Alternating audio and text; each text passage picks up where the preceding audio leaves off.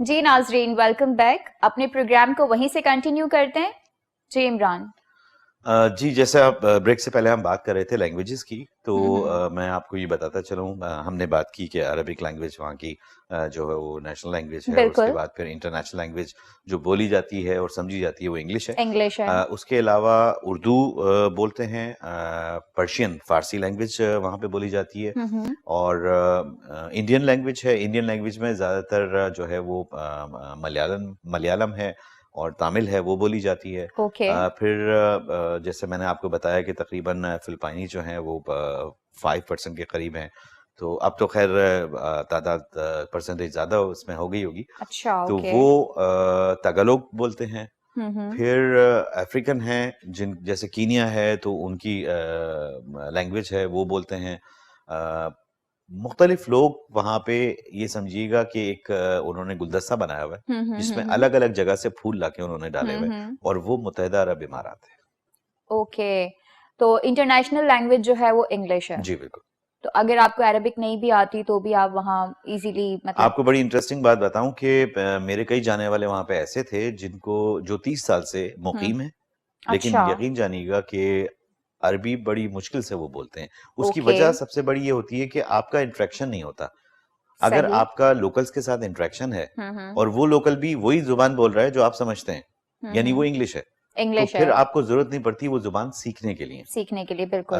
इसके बरक्स अगर क्योंकि किसी आप दूसरे, कम्युनिकेट तो कर पा रहे हैं, अपनी बात बिल्कुल, कन्वे कर पा इसके रहे हैं, बरक्स आप ठीक किसी है। दूसरे मुल्क में गए हैं, मैं एक मिसाल देता चलूं, कि हम्म। अगर आप सऊदी अरब गए हैं तो वहां पे आपके पास कोई दूसरा ऑप्शन नहीं है अदर देन कि आप अरबी सीखें, चाहे वो 1 महीने के लिए गए। हाँ हाँ। लेकिन यूएई ओके। एक ऐसा मुल्क है जहां पे आपके लिए बड़ी आसानी है कि आप डिफरेंट लैंग्वेजेस बोल सकते हैं। इंग्लिश वहां पे ओके। समझी और बोली जाती है। ठीक है इमरान। अच्छा, मुत्तहदा अरब इमारात की करेंसी क्या है? मुत्तहिदा अरब इमारात की करेंसी दरहम है, हम्म। और दरहम जो है उसको लिखा जब जाता है तो डीएचएस भी लिखा जाता है या एईडी भी लिखा जाता है।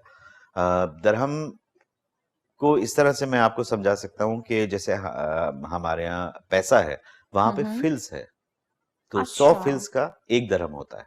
ओके। जी। और जहां तक अभी करंटली अगर हम बात करें करेंसी का, तो तकरीबन 45-46 के करीब जो है वो 1 दरम रुपीज में है। ओके। ओके। अगर हम सैरो तफरी की बात करें तो सैरो तफरी के मकामात वहां पर कौन कौन से हैं? ये बड़ा इंटरेस्टिंग आपने सवाल किया है। बिल्कुल, क्योंकि और लोगों को इससे काफी इंटरेस्ट होता है और इंटरेक्शन होता है इन चीजों से। जी हाँ, बिल्कुल, बहुत सारे लोग जो कि अब्रॉड जाते हैं, खास तौर से बिल्कुल। मुत्तहिदा अरब इमारात, हम्म। उनका मेन जो रीज़न जाने का होता है वो घूमना फिरना, सैर व बिल्कुल। सयाहत तफरीह बिल्कुल। के लिए। तो यकीन जानिएगा कि वहाँ पे इतने मुकामात हैं हम्म। कि हम अगर डिटेल में उनके बारे में डिस्कस करेंगे तो शायद वक्त कम पड़ जाए हमें। अच्छा। लेकिन हम वन बाय वन उसके बारे में डिस्कस करेंगे, बात करेंगे। जी जी। मिसाल के तौर पे अगर हम बात करते हैं वहाँ पे, अगर आप अच्छा, इसमें एक चीज़ बड़ी इंपॉर्टेंट है कि आप अगर अबू धाबी में मुकीम हैं तो वहाँ पे आपके लिए अलग मुकामात हैं। हम्म। आप दुबई में मुकीम हैं, दुबई के लिए।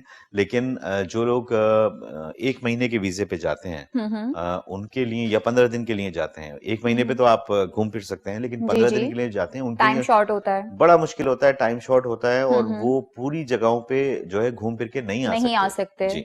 तो मैं यही मशवरा दूंगा कि अगर आप सैर सयाहत के लिए जा रहे हैं तो कम से कम एक थोड़ा सा महीने के लॉन्ग लिए, टर्म के लिए बिल्कुल एक लॉन्ग वन टर्म मंथ के लिए तो हो जाएं। आपका। ओके।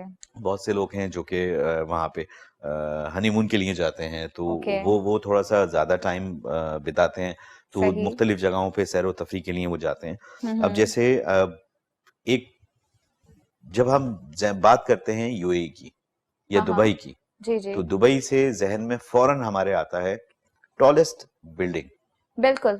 और वो है, एवरीवन नोज अबाउट इट। बिल्कुल, और वो है बुर्ज खलीफा। बिल्कुल। वहां जाए और वहां उस जगह पर ना जाए तो फिर वो इनकम्प्लीट होता है, लाइक उनका जी हाँ, विजिट बिल्कुल। ऐसा ही है। बुर्ज खलीफा का जैसे मैंने अभी जिक्र किया, जी जी। तो ये टॉलेस्ट टावर है। कितना टॉल है ये? ये टॉलेस्ट टावर है, ये 829.8 मीटर टॉल है, वाह। और इसके अंदर तकरीबन 124 फ्लोर है। यानी आप इस चीज से वाह अंदाजा लगाइए ग्रेट। कि इतना बड़ा दुनिया की टॉलेस्ट सबसे है। टॉलेस्ट तरीन वो बिल्कुल, जब आप बुर्ज बिल्डिंग है। खलीफा के नीचे जाके खड़े हों और उसको ऊपर देखते हैं, हाँ हाँ तो जो एक मिसाल है कि टोपी गिर जाती है अगर आपने कैप पहनी हुई हो, तो यकीन जानिएगा ये इस पे बिल्कुल सादिर आती है अच्छा कि टॉलेस्ट है। और इसमें एक फ्लोर इन्होंने इस तरह का बनाया हुआ है टूरिस्ट के लिए कि आप उस फ्लोर पे जाके, और I think that is above 100 floor, हाँ जिसमें आप अच्छा जाके पूरे शहर को देखते हैं ओके और वहां से आपको वो तो वो व्यू जगमगाते बड़ा जबरदस्त व्यू, होगा वहां यानी से बहुत जबरदस्त है, या पूरा शहर नजर आता है। और माशाल्लाह वो वाओ टिमटिमाती लाइट्स जो हाँ हैं हाँ वो बहुत अच्छी लगती हैं। ओके उसके अलावा बुर्ज खलीफा, सिर्फ बुर्ज खलीफा ही एक तफरीह मुकाम नहीं है, हाँ यानी हाँ बुर्ज खलीफा जब आप जाएंगे तो उसके आसपास का जो एरिया है वहाँ पे रेस्टोरेंट्स हैं, ओके होटल्स हैं। बुर्ज खलीफा के बिल्कुल ही करीब आप देखेंगे एक एड्रेस, दी एड्रेस के नाम से एक होटल है, बहुत ओके ज़बरदस्त होटल है। गालिबन वो 4 स्टार होटल है, लोग वहाँ पे ठहरते हैं और ठहरने की ओके वजह यही है कि बुर्ज खलीफा करीब है। हाँ और हाँ ये सब जो एरिया है डाउनटाउन का है। ओके जी, डाउनटाउन। अच्छा, एक एक बात मैं आपको बताता हाँ चलूँ, हाँ दुबई की जब हम बात कर रहे हैं तो उसमें ये downtown, Dubai Marina, JLT Jumeirah lake towers, JBR Jumeirah beach residence, ये सब नए इलाके हैं।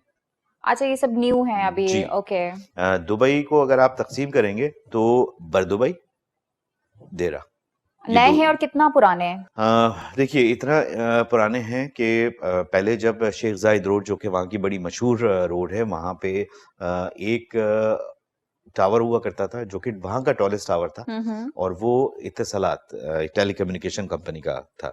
अच्छा ये कितना टाइम पहले की बात है ऑलमोस्ट कितने इसको ये हम बात कर रहे हैं तकरीबन आज से 30-40 साल पहले की। अच्छा जी। ओके सही और देरा और बरदुबई, जैसा मैं आपसे कह रहा था। अच्छा, हम्म इसमें खूबसूरती मैं आपको बताऊं कि क्या है कि देरा से बरदुबई जाने के लिए या बरदुबई से देरा जाने के लिए सिर्फ 2 रास्ते हैं यहाँ पे आने के लिए, या तो देरा से बरदुबई जाने के लिए या बरदुबई से देरा जाने के लिए। अच्छा, ओके खूबसूरती इन रास्तों में क्या है कि एक ब्रिज है जो कि हम्म मखदूम ब्रिज कहलाता है, और एक टनल है ओके जो कि अंडरपास, जिस टनल, अंडरपास या और शिंदे का टनल कहलाता है। और हाँ शिंदे का हाँ टनल जो है और वो सिर्फ ये दो ही रास्ते हैं सिर्फ ये 2 ही रास्ते हैं। ओके और शिंदे का टनल जो है वो तकरीबन 40 साल या 40 से ज़्यादा कह लीजिए बनाई गई है। और वो खूबसूरती क्या है कि वो पानी को काट के बनाई गई है। अच्छा वाओ जी, और आपको पानी नज़र नहीं आएगा, लेकिन पानी को काट के बनाई गई है। और वो ये 2 रास्ते हैं। ये पुराना दुबई, उसके बाद फिर दुबई तरक्की करता गया, जगहें आगे बढ़ती गई। ओके शेख जायद रोड पे पहले एक होटल हुआ करता था, क्राउन प्लाजा। ओके अब वहाँ पे होटलों की कतार लगी हुई है, हम्म बल्कि डाउनटाउन आबाद हुआ। उसके बाद फिर जुमेरह लेक टावर, एक लेक, आर्टिफिशियल लेक बनाई गई। आप ये खूबसूरती ओके देखिए, एडवांसमेंट देखिए कि आर्टिफिशियल लेक बनाई गई जहाँ पे कोई झील का तस्वुर नहीं। ओके आप तस्वुर नहीं कर सकते कि उस गर्मी में जहाँ पे 50 सेंटीग्रेड तक टेम्परेचर जाता है वहाँ पे झील है, लेकिन वहाँ पे आर्टिफिशियल झील बनाई गई है, और वो अच्छा जुमेरह लेक टावर। और हम्म पूरी आप समझिए कि एक दुनिया आबाद की गई है अलग अलग तरीके से बिल्डिंग्स की। ओके फिर ओके दुबई मरीना।